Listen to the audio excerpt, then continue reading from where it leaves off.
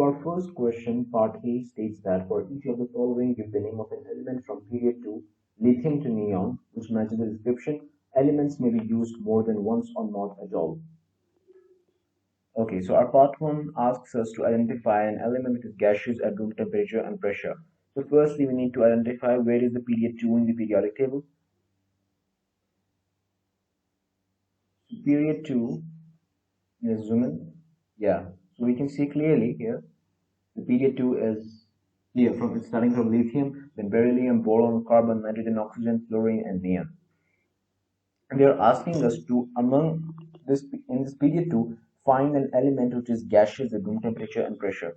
Okay, so for this type of question, you need to have like this type of periodic table, which also has a color index.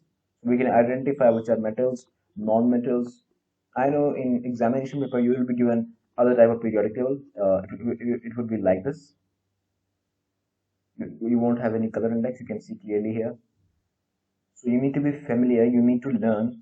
You need to have an idea of how you will differentiate metals, non-metals, solid or gas state, and liquids and metalloids, etc. Anyways, we are sticking to the question now. Our question is asking to identify an element which is gaseous at room temperature and pressure.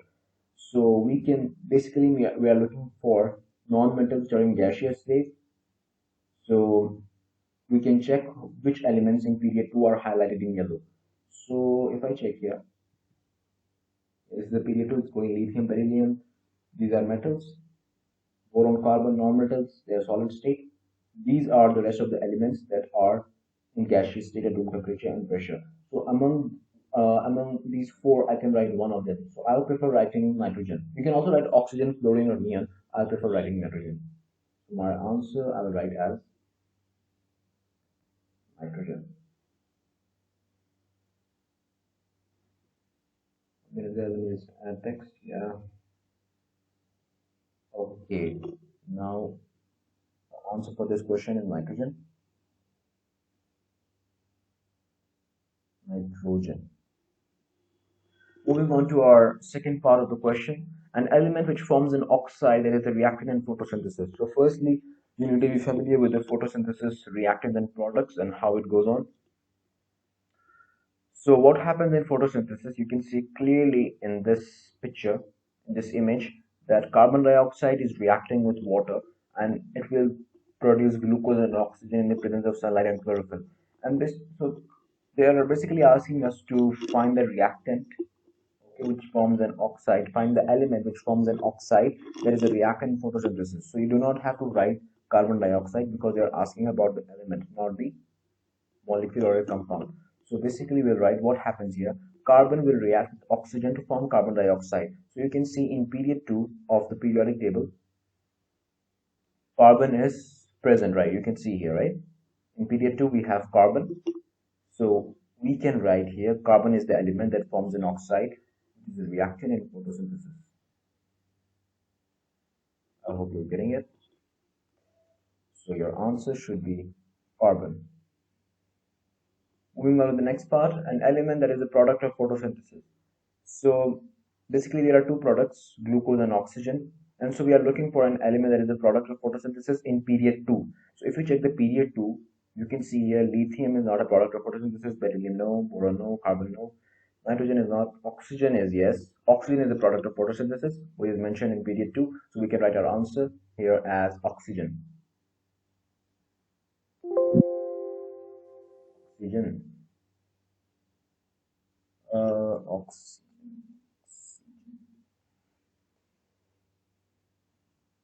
Great. Next part, an element that makes up approximately 78% by the volume of the air. So for this part of the question, you need to be familiar with the composition of air and how many gases are present in the atmosphere and what is the percentage of each gas. So we can see clearly this pie chart. Actually, this is a question from air and water. So you can see here 78% of the volume of air makes up nitrogen. Okay, so and they're asking us which element that makes up the approximately 78% by the volume of the air. So we can see clearly in the periodic table that nitrogen is mentioned in the period 2. Okay, they're asking us to find in period 2. Okay, so nitrogen is making up 78% of the volume of the air, so we can say our answer as nitrogen.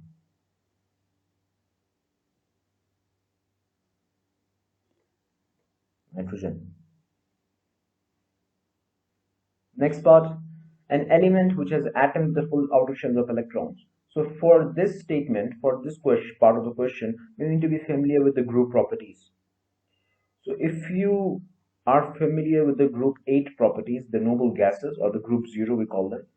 So you need to be familiar with this statement. The atoms of the group 8 or group 0 elements all have 8 electrons in their outer shell, with the exception of helium, which has 2. But since helium has only 2 electrons in total, and thus the first shell is 4, which is the only shell, it is thus the outer shell, so has also a full valency shell. So we need to know that the group 8 all elements are having 80 electrons in the outer shell. But among these, we need to decide one which is in period 2. So we need to mention the element which is in period 2 and the last group. So which is in group 8 and the period 2. So we can see here period 2 starting from here and group 8. So it's neon, right? Neon. Till now we are doing great. And you can write your answer here as neon. Moving on to the next part, an element which exists with both diamond and graphite. For this part of the question, you need to be familiar with the topic of macromolecules, because what happens, the diamond and graphite, what are these? These are allotropes of carbon. Allotropes are the different form of the same element. Okay, so if you see this structure, you can determine the carbon atoms are bonding to each other. So basically, the carbon element is involved in all these diamond and graphite. So they have giant covalent structures. So basically, they're asking which element exists at both diamond and graphite. So we need to find element from period 2, and you can see in period 2 carbon is clearly mentioned here. So we can write an answer as carbon. I hope you are all getting it. Carbon. Moving on, an element that reacts vigorously with cold water. Okay, so for this part of the question, you need to be again familiar with the reactivity series and what.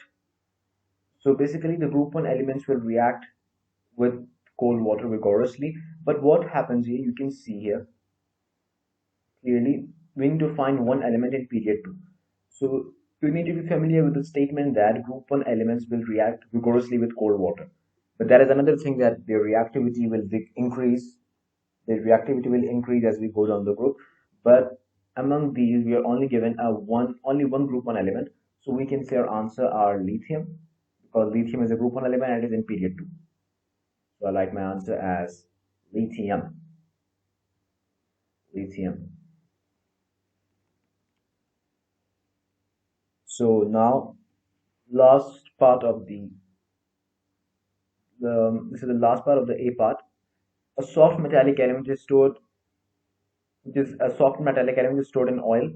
So you need to be familiar with the statement that what happens is group 1 elements, you need to be familiar with the chemical properties of the group 1 metals. Okay, alkali metals you need to be familiar. What happens is react readily with oxygen. These lithium, sodium, potassium, these react readily, like violently with oxygen and water vapor in air.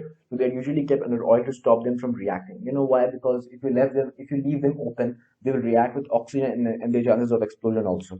So you need to be very careful in handling these type of group 1 metals because they are very reactive. So in the period 2, we need to determine a metallic element, soft metallic element stored in oil. So we can say we have only the element group 1 element is as lithium. So we can write our answer as lithium. Again,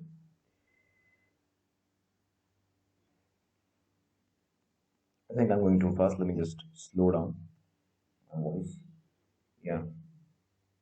Moving on to the B part, give the formula of a compound that contains only boron and oxygen. So whenever they ask you about this question, whenever they give you any sort of this question, so you need to be familiar with 2 steps. What are these 2 steps? Let me show you. Okay, so firstly, you need to be familiar with the valencies of all the groups. Okay, so group 1 has a valency of +1, group 2 +2, group 3 is +3, group 4 is +4 or -4, group 5 is -3, group 6 is -2, group 7 is -1, and group 8 is 0. Okay, so first step, what is, whenever you're writing a formula, write the chemical symbol for elements. Let me just highlight it. Write the chemical symbols for the elements along with their valency. Okay, so we need to check the valency of boron and oxygen and write their valencies. So boron has the valency of +3 and oxygen has a valency of -2. So I'll write them here. So I can mention here my valencies. So the chemical symbol for, firstly write the chemical symbol B for boron, and then it has a valency of +2, +3, yeah.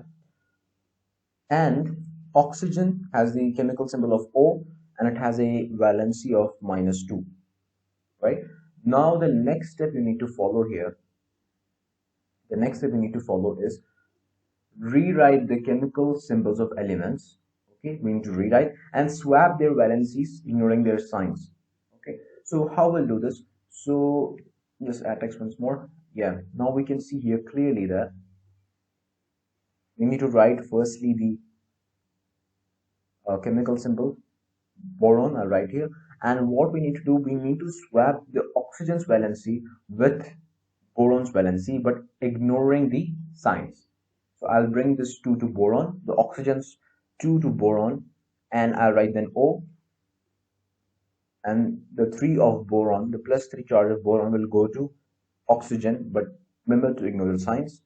So our formula will be P2O3.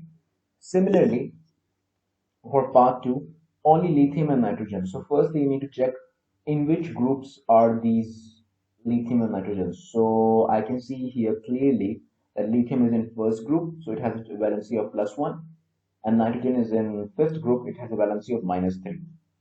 Done. First step, what is the first step? Tell me. We need to familiar with the first step, that it is lithium. We need to write the chemical symbol plus their valencies. So lithium, which has a valency of +1, and nitrogen, which has a chemical symbol of N and -3 as the valency. Now we need to rewrite the chemical symbols, but we need to swap their valencies, ignoring their signs. So our answer for this question, this part of the question, will be Li is a signature for sign for lithium, and this the 3 will go to lithium, and then we'll write N, and this +1 will go to nitrogen, but we'll ignore the signs. So we can write our answer Li3N. We are done with this part of the question also. Moving on to the C part, no C part, sorry. So the end of the first question. Now moving on to the second question here. So our second question, part A1, states that define the term atomic number. So here they're asking the simple definition of the term atomic number. So according to Igcse, the definition of atomic number, you can see here clearly that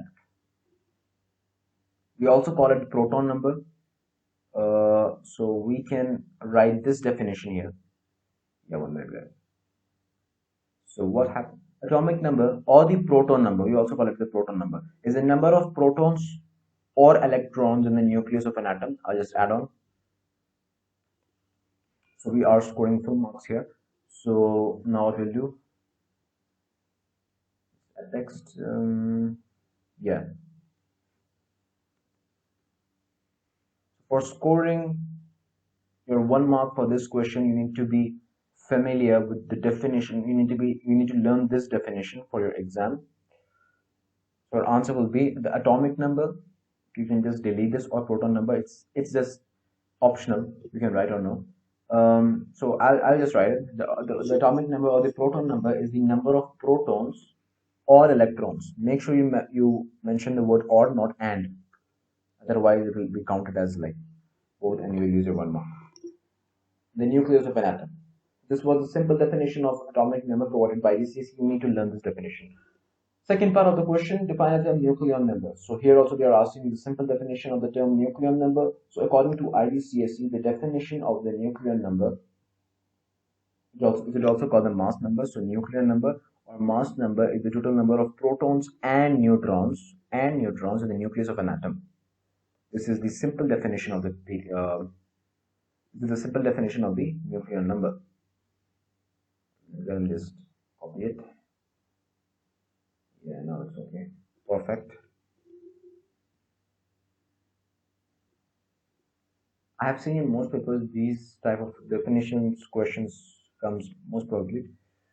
You need to be familiar with all the definitions. Great. Moving on to the B part. The table below shows the number of protons, neutrons, and electrons in some atoms or ions. Complete the table. The first line is being given an example. So we had done this. If you remember, we had done this type of table in our first paper, which was 0620, paper 4, variant 2, at March 2016. So you can, anyways, moving on to the question. There are 4 types of particles given here. You can see clearly A, B, C, and D. Particle A, we have been given all the information.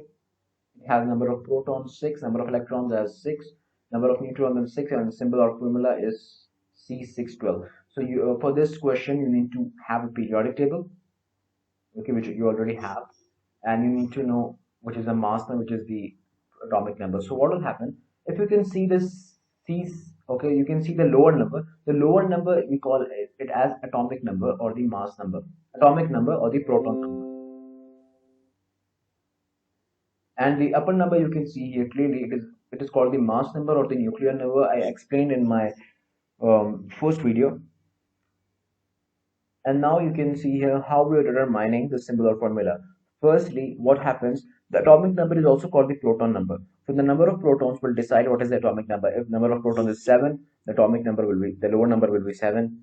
If it is 8, the lower number will be 8, and so on. And this mass number will, how this will be determined, this will be the addition, so this will be the sum of the protons and neutrons. So 6 plus 6 is 12, so our mass number will be 12. If this was 7 and this was 6, this will be 7 plus 6, 13, so our answer will be 13. Anyways, moving on to the particle B, you can see here clearly it is a similar question to particle A. So we have 12 protons, we have 12 electrons, we have 12 neutrons, and we have to determine the formula. Firstly, we need to determine the atomic number or the proton number. So proton number easy, you can determine by the number of protons, and you can see it's 12. So our lower number will be 12. Lower number, remember lower number is the atomic number. I'll just decrease the size. Yeah, now it's perfect. And what will be now our upper number? Upper number is the mass number, remember. Okay. For upper number will be the sum of the protons and neutrons. Okay, so 12 plus 12, 24. Now you might be thinking how we'll determine the chemical symbol of the element. So it's really easy. Just go to your periodic table and check which element has atomic number of 12 and mass number of 24.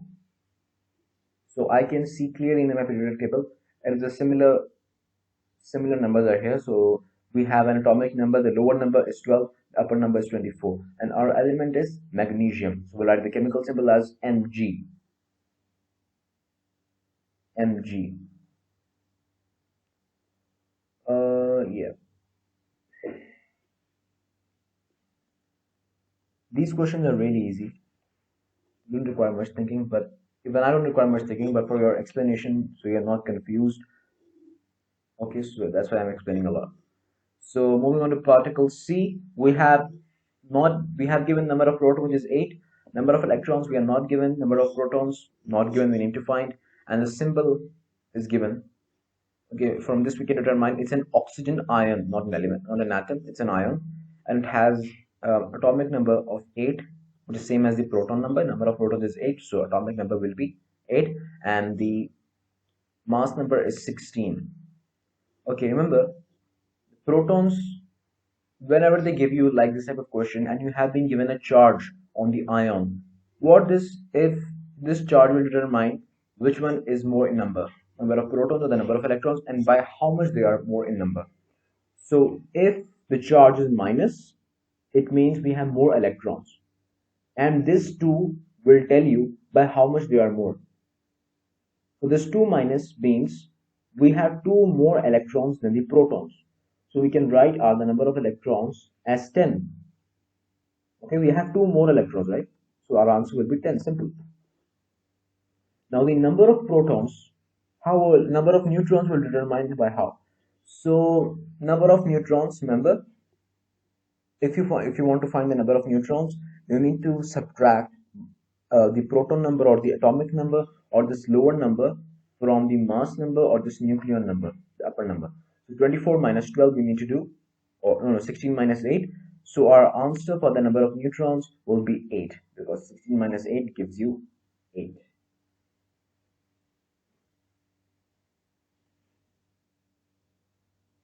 Perfect.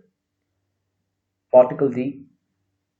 Particle D, the information is given: number of protons is 11, number of electrons is 10, number of neutrons is 13.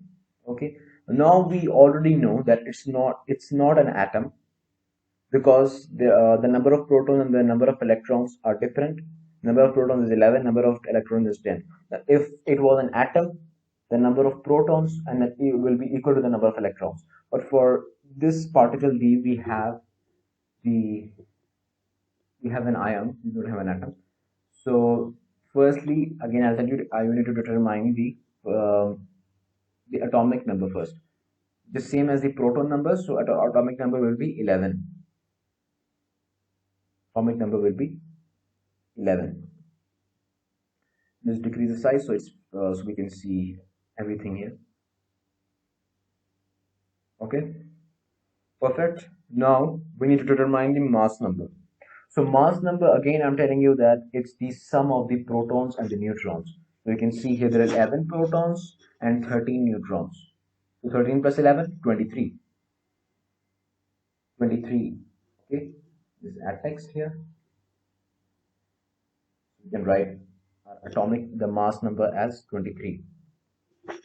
Select this text, reduce the size. 1 minute, guys. Yeah. Perfect. Now there are 2 more steps to go. You're not over yet. Now what will happen? Now in the periodic table, you need to find an element which has the mass number of 23 and the proton number of 11. So I will just check in the periodic table. 11, 23, 11, 23, 11, 23. Where is that? Yeah, it's sodium. Yeah, you can see it clearly. The proton number is 11 and the mass number is 23.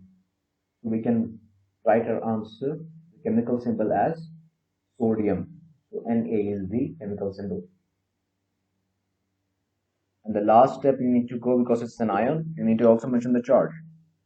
So firstly, to determine the charge, check which is more in number, protons and electrons.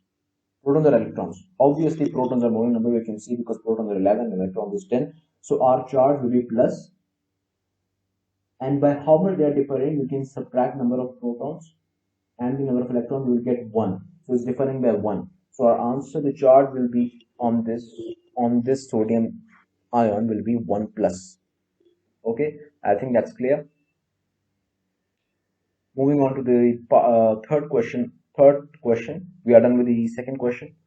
So now moving on to the third question. Gallium is a metallic element in group 3. It has similar properties to aluminium. Describe the structure and bonding in metallic element. You should include a label diagram in your answer. So label diagram is must, and it should be labeled. So I have the diagram already. I hope I can paste it here. So you can see here clearly, this is the label diagram you need to show. Okay, you need to mention the positively charged metal ions and the electrons from the outer shells of metal atoms. Electrons are delocalized, they are free to move throughout the structure. So I can just copy this image. Basically, you can copy in the actual exam, but you need to learn how to draw the images. Okay, because even I was good, but practice, makes a man perfect. Let me just, yeah, okay, I think I can paste it here. Now you can see clearly here that this is the diagram you need to draw. So the examiner is satisfied with your answer. Now you should describe the structure and the bonding in a metallic element. Metallic element. So you need to be familiar with the properties of the metallic elements, and you also need to be familiar with the reasons. This is the metallic elements properties. Okay. So basically we are looking for which statement we need to look for. Let me just check. So here you can see clearly the information about the metallic bonding. So your 2 marks will be there for the label diagram, where you need to show the electrons, where you need to show the positive cations. And your second mark, your third mark will depend on a statement. You need to describe what type of, how they are strong. So we can say metallic bonds are these metallic bonds are strong as a result of and a result of the attraction between positive metal ions and negatively charged delocalized electrons. So this will score you your third mark. So let me just copy the statement. Yeah. First 2 marks, remember, first 2 marks is for the positively charged metal ions, labels, and electrons, delocalized electrons. I need to show also the electrons are delocalized, meaning they are free to move through the structure. And the third, and the statement also you need to give. What statement you need to give? I'll show you this 1 minute. The statement should include why these bonds are strong, the reason why these bonds are strong. So we can mention this statement as it is. Metallic bonds are strong, and it is these metallic bonds are just involved. These metallic bonds are strong and are a result of the attraction between positive metal ions and the negatively charged delocalized electrons. I hope you are satisfied with the answer. Moving on to the next part of the question, explain why metallic elements such as gallium are good conductors of electricity. So they're asking, so basically you need to be familiar, for this question you need to be familiar with the general properties of the periodic, metallic elements. So I'll show you the properties of the metallic elements. So you can see here, they're asking us why these are good conductors of electricity. So you need to mention that there are free electrons available to move and carry the charge. Because it's a 1 mark question, only one detail is required. Perfect.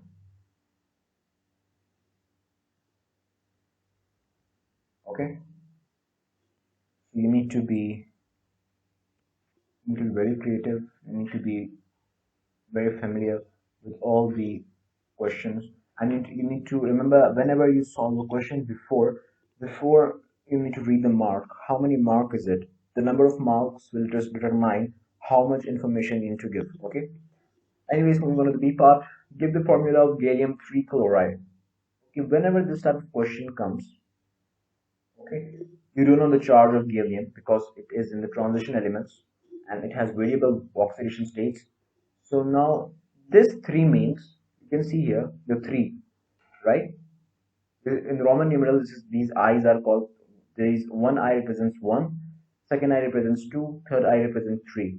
So this means it has a charge of 3 plus. Okay.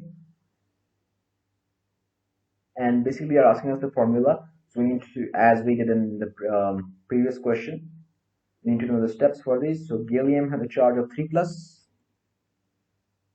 Gallium has a charge of 3 plus, and chloride has a charge of what? If you check in the periodic table, in the valency periodic table, you can see here clearly chlorine is in 7th group, so it's a charge of -1.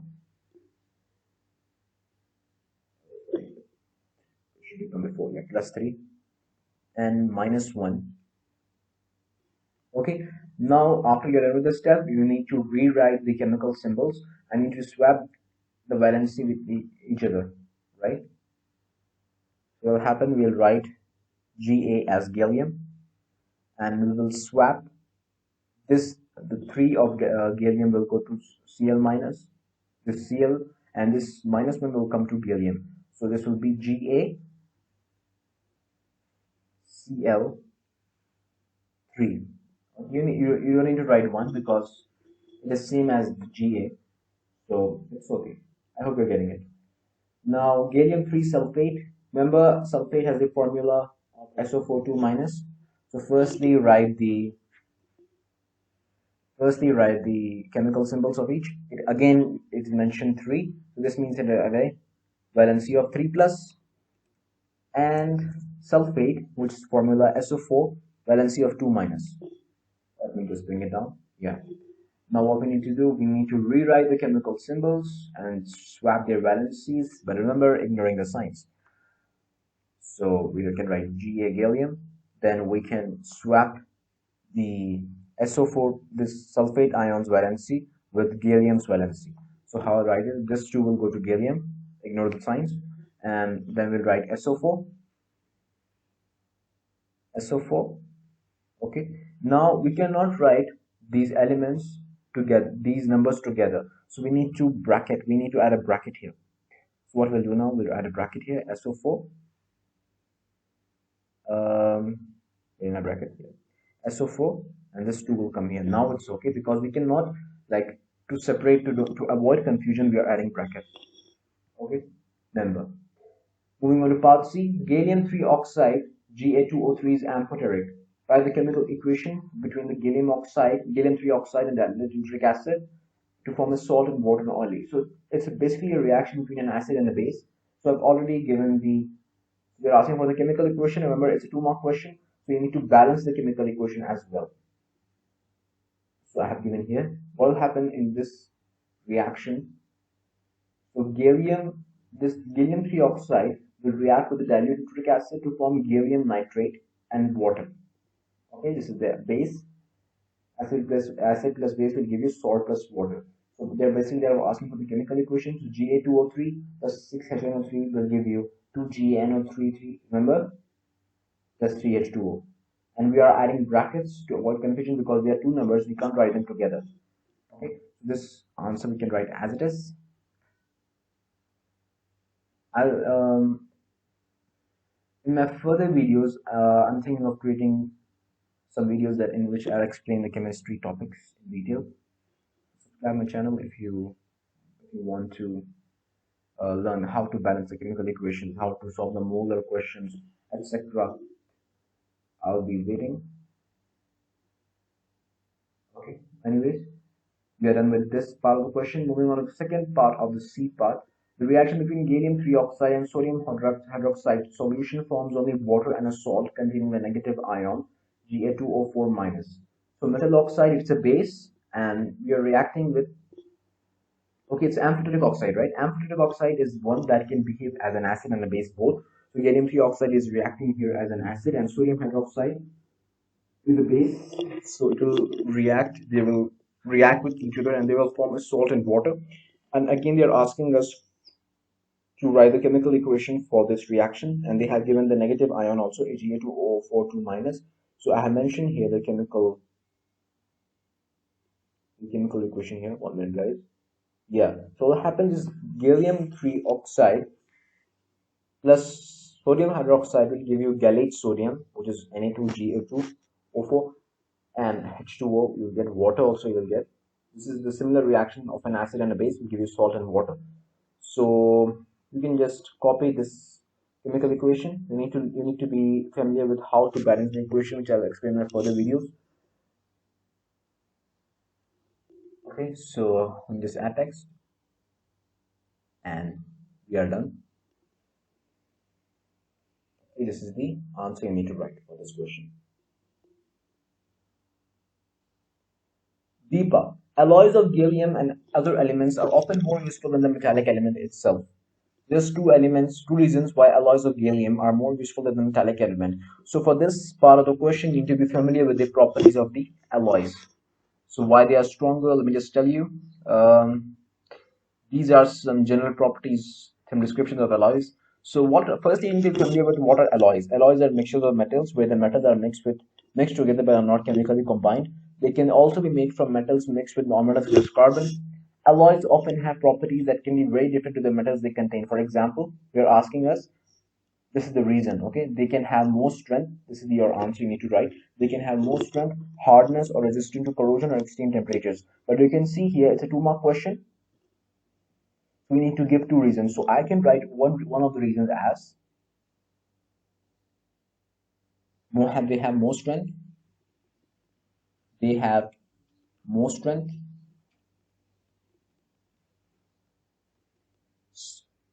Strength, yeah. Oh, sorry. They have more strength. And one more reason is required. I can write as they are also resistant to corrosion. Simple. 2 marks scored. They are resistant to corrosion. I hope you are done with the third question. Yeah. This was the end of the third question. So in the next part, we will be starting with our fourth question. See you in my next part. Thank you.